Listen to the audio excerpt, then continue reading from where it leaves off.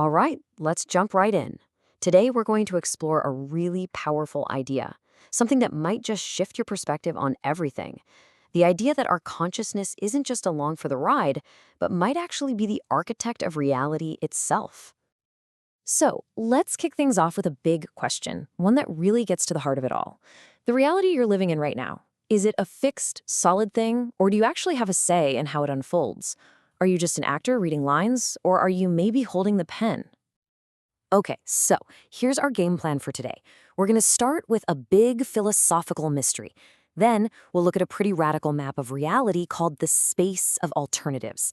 From there, we'll get into some practical tools some people believe can navigate this space before taking a peek at the edge of science to see where these ideas might connect to quantum physics. And then we'll bring it all home. All right, first up, we've got to dig into a question that thinkers have been wrestling with for, well, centuries. It's really the foundation for everything else we're going to talk about.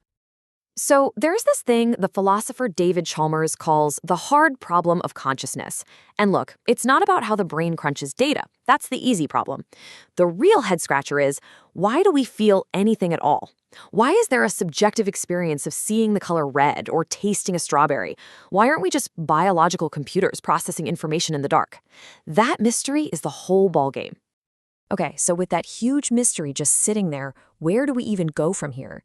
Well, there's this one really fascinating model that tries to give us a sort of metaphysical map, a way to visualize the structure of reality. And this quote from the reality transurfing community really nails the concept. The idea is, just imagine this huge, infinite space that contains every single possibility, every choice you could ever make, every outcome, every parallel life. It all exists right now as a potential in this alternative space. Here's a great way to think about it. Picture your consciousness as a spotlight in a gigantic dark warehouse. And this warehouse is filled with an infinite number of movie sets. The set you shine your light on, that becomes your reality, your personal timeline. Every choice, every thought, every feeling is you moving that spotlight, ever so slightly, from one set to another. So if that's the case, and we're holding the spotlight, the really exciting part is the idea that we can learn to aim it deliberately. So let's talk about some of the proposed tools for doing just that, for consciously navigating this map of possibilities.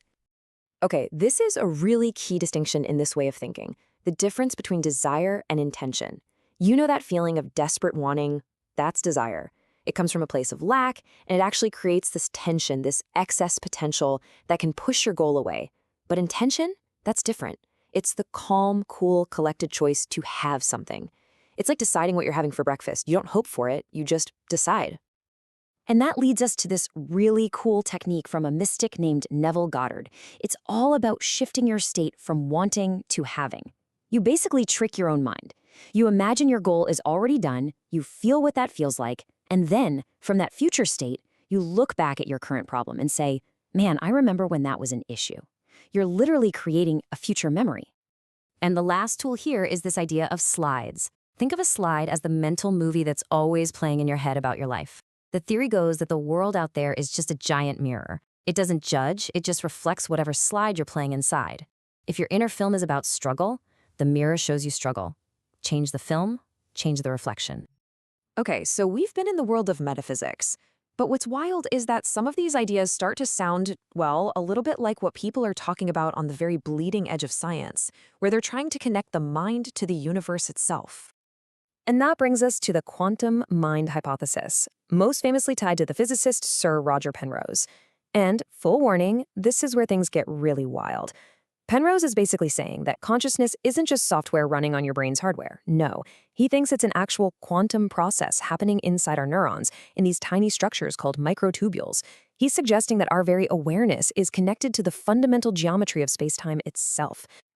But, and this is a huge but, we have to be super clear here. This is not mainstream science. It's way out on the fringe. Most scientists will tell you the brain is just too warm, wet, and noisy for these delicate quantum effects to happen. And as physicist Lawrence Krauss bluntly puts it, you can't just change the world by thinking about it. So, fascinating idea? Yes. Proven science? Definitely not.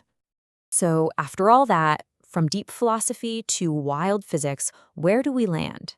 Let's try to pull all these different threads together. Whether we're looking at the hard problem in philosophy, or these metaphysical models of reality, or even the speculative stuff from quantum physics, there's one thing that keeps popping up again and again, and that's the profound central role of consciousness in our experience of the universe. And really, that leaves us with one last big question for you. Whether you take all this as a literal description of how the universe works, or just a powerful metaphor for psychology, it all points to one thing. It puts the creative power back in your hands. So if you are the architect of your own experience, what are you going to build?